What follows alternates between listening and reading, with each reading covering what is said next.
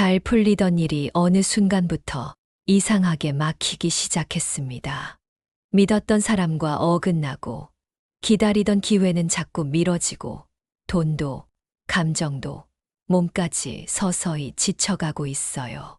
혹시 요즘 말로 설명하기 힘든 흐름의 끊김을 느끼고 계신가요? 열심히 했는데도 결과가 없고 도와주던 사람들과 괜히 멀어지고 자꾸 실수가 겹치고 몸까지 무거워진다면 그건 단순한 불운이 아닐 수도 있습니다. 풍수에서는 말합니다. 기운이 흐르지 않으면 인생도 막힌다. 복은 언제나 흐르는 자리 위에 머무른다. 그리고 그 막힘의 징조는 항상 아주 작은 곳에서 조용히 시작됩니다. 우리가 매일 드나드는 현관, 눈길 한 번 안 주는 냉장고 안, 먼지 쌓인 시계와 침묵만 가득한 식탁. 복이 멈추고 운이 끊기고 사람이 멀어지는 징조는 언제나 공간 속에서 먼저 자랍니다. 오늘 영상에서는 일이 꼬이기 시작할 때 반드시 나타나는 풍수적 징조, 그 작은 조짐들을 통해 기운의 흐름을 되돌리는 방법, 막힌 운을 다시 트이게 하는 실천 팁까지 모두 알려드리겠습니다. 지금 이 영상을 보고 계신 바로 이 순간이 당신의 기운이 바뀌는 전환점이 되기를 바랍니다. 시작하기 전에 복채를 대신해서 구독과 좋아요 한 번씩 부탁드립니다. 첫 번째, 현관 앞이 어지럽고 신발이 엉켜 있다. 현관은 집 안에서 가장 먼저 기운이 드나드는 복의 문입니다. 그런데 신발이 아무렇게나 뒤엉켜 있고 구석엔 먼지와 흙먼지가 켜켜이 쌓여 있다면 그건 단순한 정리 문제를 넘어 사람 사이의 흐름이 꼬이고 귀인이 돌아서며 기회의 발걸음이 멈추는 구조로 바뀝니다. 특히 문을 열었을 때 시야를 가리는 신발 더미, 이는 풍수에서 들어오는 기운을 밀어낸다고 해석합니다. 기운은 깔끔한 문 앞을 좋아합니다. 지금 당장 현관에 오래된 신발과 먼지를 정리해 보세요. 그 작은 실천 하나가 복의 흐름을 다시 시작하게 합니다. 두 번째, 집안에서 유독 거울이 자꾸 눈에 밟힌다. 거울은 풍수에서 기운을 반사하고 흩뜨리는 물건입니다.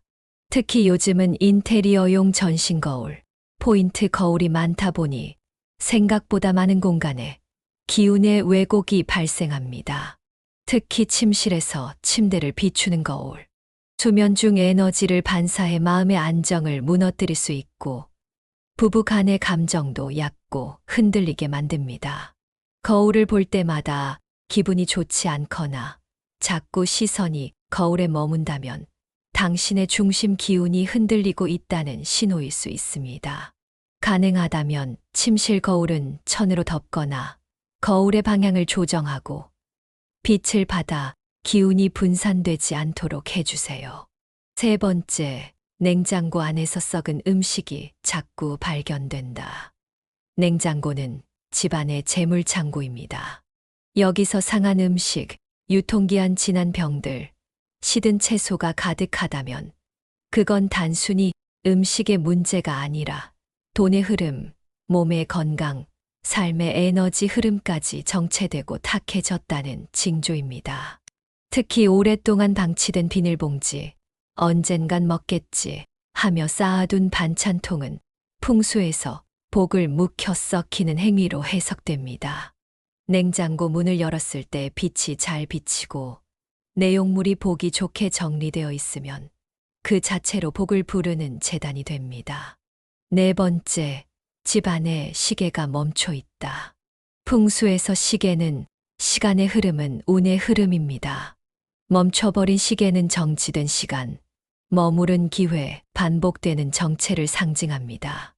특히 거실, 침실, 서재같이 집안의 중심 공간에서 시계가 멈췄다면 그건 삶 전체의 중심축이 무기력해지고 있다는 경고일 수 있습니다. 풍수에서는 말합니다. 시계가 멈추면 기운도 멈춘다. 가능하면 멈춘 시계는 바로 고치거나 작동하지 않는다면 과감히 치우고 기운이 맑게 흐르는 자리에 새 시계를 걸어주세요. 특히 동쪽 벽에 걸린 시계는 해가 뜨듯 기운이 솟는다는 뜻에서 재물운에 좋다고 전합니다. 5번째, 침대 밑이나 장롱 밑에 먼지와 쓰레기가 쌓여 있다. 보이지 않는 곳일수록 기운이 더 중요합니다. 풍수에서는 기운은 발 아래에서부터 올라온다고 말합니다. 침대 밑에 낡은 박스, 구겨진 봉지, 장롱 밑에 몇 달치 먼지가 쌓여 있다면 그건 복이 숨막히는 구조입니다. 몸도 무겁고 감정도 흐르지 않게 됩니다. 특히 잠을 자는 공간에 바닥 기운이 막히면 깊은 잠이 어려워지고 부정적인 생각과 피로가 쌓이게 됩니다. 청소기나 물티슈 하나면 충분합니다. 한 번 털어낸 자리에서 복은 다시 숨 쉬기 시작합니다. 꼬이고 막혔던 흐름을 다시 돌리기 위해선 크게 바꾸기보다 작은 실천을 매일 반복하는 것이 더 중요합니다. 풍수에서는 말합니다. 운을 바꾸는 건 거창한 인테리어가 아니라 매일의 습관이 만든 기운의 정리다. 지금부터 말씀드릴 4가지 실천은 당신의 공간을 다시 숨쉬게 하고 멈춰 있던 운을 부드럽게 흐르게 만드는 가장 현실적인 풍수 실천법입니다. 첫 번째, 일일 일정리 루틴 만들기. 운이 막히기 시작할 때 가장 먼저 해야 할 건 쌓인 것 하나를 덜어내는 일입니다. 하루 5분만 투자하세요. 눈에 보이는 어수선한 공간 한 군데만 정리해 보세요. 현관 신발장, 식탁 위 소품, 침대 옆 협탁, 책상 서랍 하나만이라도 기운은 비워진 공간을 따라 흘러 들어옵니다. 정리라는 건 곧 기운이 머물 수 있는 자리를 만들어주는 일이니까요. 복은 정갈한 공간을 찾는다. 2번째, 소금물 청소 실천하기. 풍수에서 소금은 자연의 정화, 에너지입니다. 예로부터 잡귀를 막고 사람 기운을 깨끗하게 하는데 가장 많이 쓰여왔죠. 물 한 대야에 천일염 한 스푼을 행주나 물티슈에 적셔 다음 장소를 닦아보세요. 냉장고 손잡이, 욕실 배수구 주변, 창틀, 창문 모서리, 현관 바닥, 문고리를 소금물로 닦는 순간 공간의 기운이 한결 가벼워지는 것을 몸으로 느낄 수 있습니다. 특히 절기 전날이나 비 오는 날은 정화 효과가 더욱 강하다고 알려져 있습니다. 3번째, 집 안에 초록색 또는 흰색 포인트 넣기. 색은 눈에 보이는 기운입니다. 풍수에서는 색의 파장이 곧 공간의 흐름을 바꾼다고 말합니다. 초록색은 회복과 성장의 기운, 흰색은 정화와 새 출발의 기운입니다. 초록색 쿠션, 커튼, 러그, 흰 수건, 밝은 도자기, 흰 천 그저 하나만 바꿔보세요. 당신의 방 안에 머물던 탁한 기운이 점점 걷히는 것을 느낄 수 있을 겁니다. 특히 창가에 초록 식물 하나, 침대 머리맡에 흰색 물병 하나만 두어도 기운은 달라집니다. 4번째, 기운을 여는 말, 매일 한 줄씩 적히기. 풍수는 말에도 기운이 있다고 믿습니다. 당신이 오늘 하루 내뱉는 말, 그 안에는 복을 부르는 문이 숨어 있을지도 모릅니다. 노트 한 장, 메모 앱도 괜찮습니다. 이런 문장을 하루 한 줄씩 적어보세요. 운은 다시 흐르고 있다. 내 안에 복이 머무를 자리가 생겼다. 오늘도 기운은 내 쪽으로 향하고 있다. 좋은 일이 스며들 준비가 되어 있다. 이건 단순한 긍정이 아닙니다. 기운의 씨앗을 심는 의식이자 선언입니다.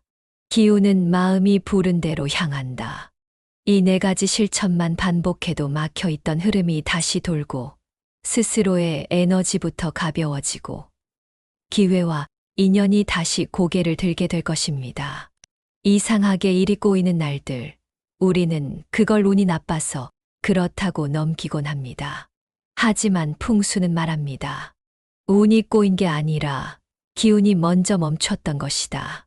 그 기운은 바로 지금 당신의 집 어딘가에서 말없이 흐름을 잃고 있었던 건지도 모릅니다. 이 영상을 보신 지금 작은 실천 하나로도 기운은 다시 흐를 수 있습니다. 오늘 저녁 당신의 집 안에서 기운의 물꼬를 다시 트는 시간이 되시길 바랍니다. 여러분의 소망을 댓글로 남겨주세요.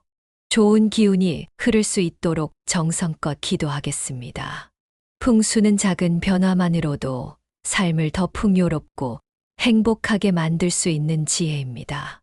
구독과 알림 설정을 해두시면 대운을 끌어당기는 풍수 비법을 놓치지 않고 받아보실 수 있어요. 오늘도 좋은 기운 가득한 하루 보내시고 행운과 번영이 여러분과 함께하기를 바랍니다. 지금까지 운을 부르는 공간이었습니다.